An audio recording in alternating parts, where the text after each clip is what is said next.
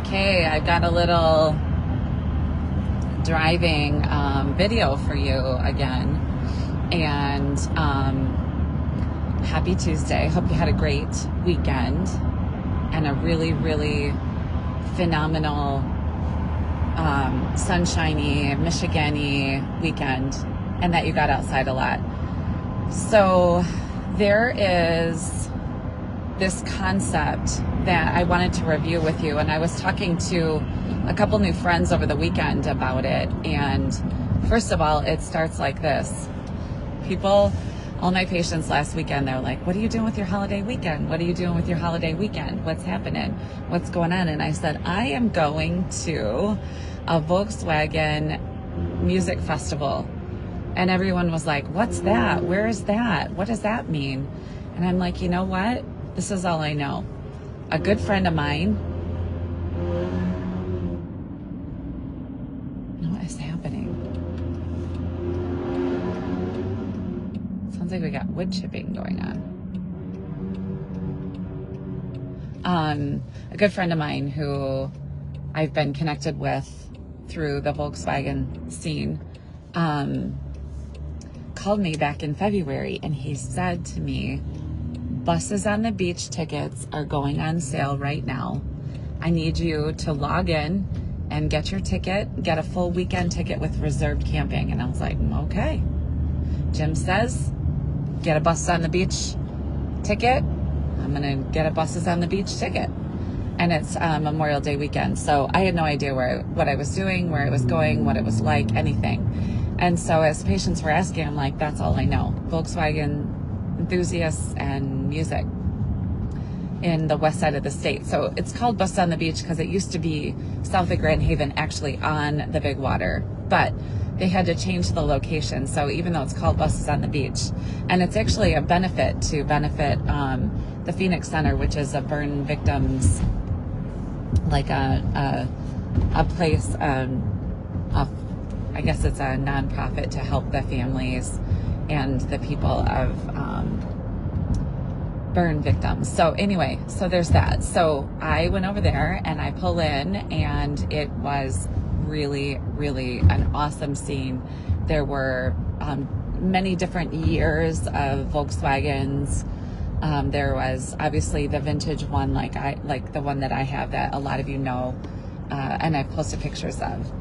There were the Vanagon group, which was a humongous group of buses, and then the couple of Euro vans, and then other people that didn't have Volkswagens, or there were some RVs, there were lots of different things. It was actually quite a scene, to say the least, quite a scene.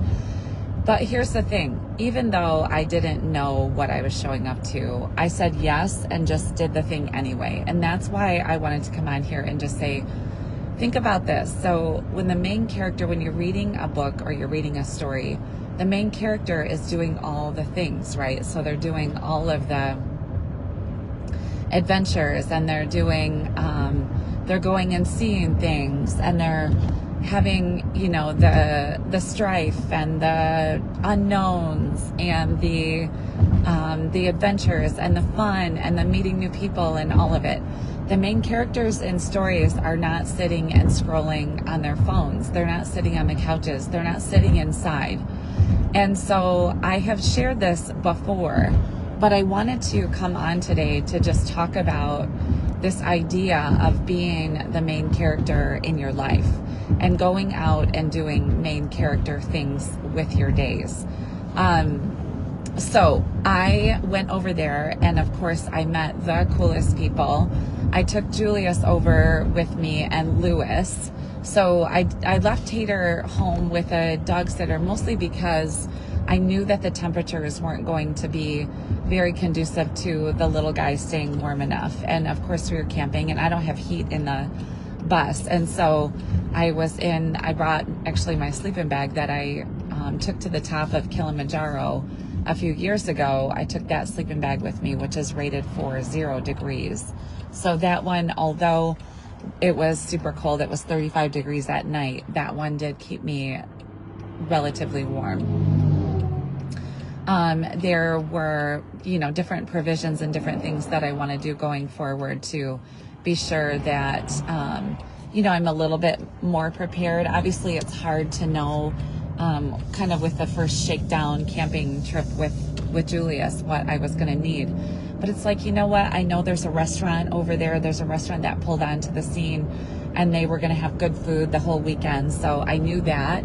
So I packed some snacks. I packed, warm enough clothes, layers, and all the things. And I just went over and just did it. And so, a lot of times people, when you're getting into a situation, it's like, people can be really reluctant, and maybe this is you, be really reluctant to get out there and just do the thing, even though there's so many unknowns. And I want to encourage you, because once you get there, it'll unfold and you'll either love it or not, and then you can go home if you don't. So my world is driven by hunting down rich and having rich, rewarding experiences. And that happens in a lot of different ways. And so, anyway, I want you to look around in your life today and this week and figure out if there's things that you're doing that are preventing you from getting out. If there's fears that you have that are preventing you from going out and figuring out what something looks like, what an experience will feel like, what life can really be like, who you might be able to meet, who you might be able to make new friends with.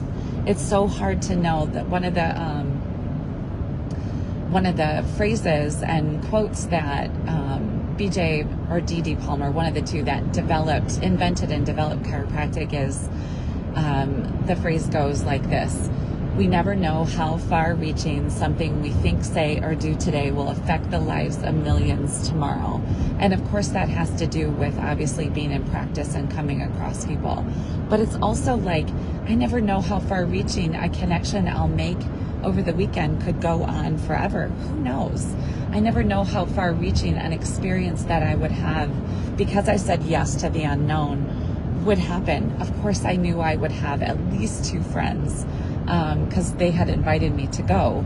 But I made so many more new friends. I ran across, this is what I really call the people inside of this Volkswagen world, and especially the world of the buses, is they're energetically generous. Just meaning, like, as you go out into the world and you come across somebody that is so welcoming, so embracing, and just wants you to win, wants you to succeed, and wants you to expand your heart and your world and your mind, those people that just sit there and support you, even though they just met you, that's the energetic generosity that I'm running into inside of this Volkswagen bus world. And it's just been so heartwarming and heart-opening. So I want to challenge you this week to go out and be the main character.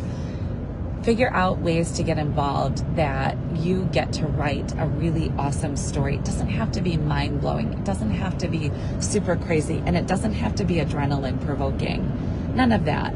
Just say yes wherever you can to rich, rewarding experiences and see what happens. So I am going to be down at the space today from 11 to 3:30, our usual Tuesday, and then back into the office Wednesday and Thursday.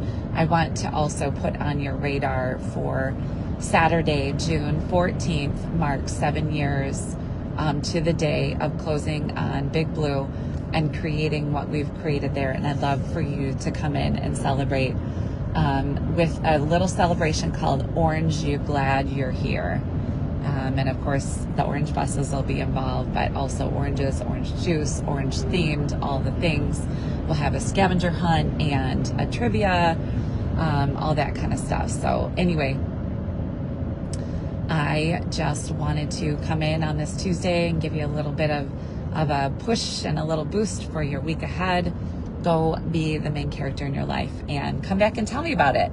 Send me a message and let me know how you maybe have expanded and extended outside your zone of comfort and out into doing main character things in your life. So have the best week, and I will chat with you soon. Peace.